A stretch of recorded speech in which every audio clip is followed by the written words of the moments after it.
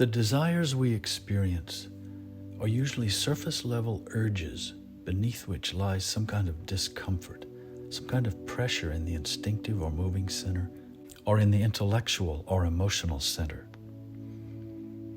There's a mechanism in us that is averse to discomfort, and even more so to the pressure that causes discomfort. And it's in this mechanism that our resistance to discomfort starts. A pressure is felt, and we immediately register it in the form of discomfort. At almost the same instant, we start to resist, and our resistance takes the form of an urge to do something else, to avoid or cover over the fact that we are resisting something, and to hide the fact that we don't want to face the underlying pressure.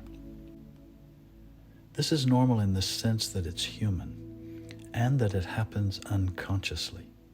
That is also why it happens again and again and again, and why we repeatedly suffer because of it.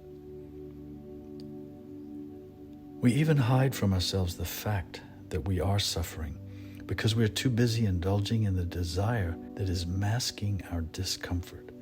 We're too busy consuming the cookie or cigarette or drink or drug or sex to really notice what has happened. Of course, all these indulgences can be simple pleasures of life, yet all too often they become more than that. They become masks and blankets and sedatives for physiological and psychological pressures. Pressures that actually contain an energy, a raw material that can be used in a different way, consciously. Sometimes, when a person is trying to deal with either a slight or an intense addiction, they're advised to delay gratification for a few minutes, or longer when possible, with the idea of mastering the urge by taming the desire to satisfy it. This can be very useful, yet it unfortunately doesn't always go to the source of resistance and to the nature of the pressure that is being resisted.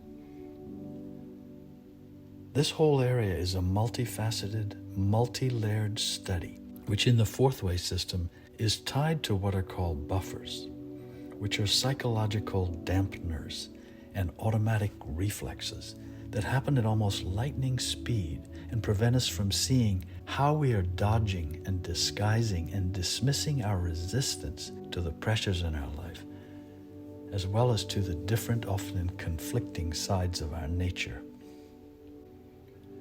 As a way of peeking behind this curtain, here's something you might consider trying, even as an experiment.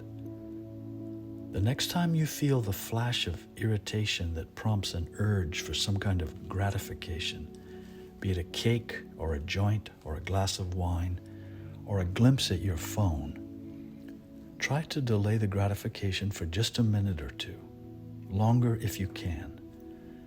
During those few minutes, try to notice that the urge is really disguising your resistance to some kind of pressure inside. Then, instead of reinforcing the automatic reflex to do something to avoid the pressure, try to invoke an attitude of acknowledging the pressure, letting it just be there, and sort of absorbing it in your being as you find a place deeper in yourself where you can silently see from a distance the struggle taking place in you. Just notice this and let this noticing soak into the depths of your being. It is from there, from the deeper depths of your own being, and only from there, that you can truly learn to transform pressure.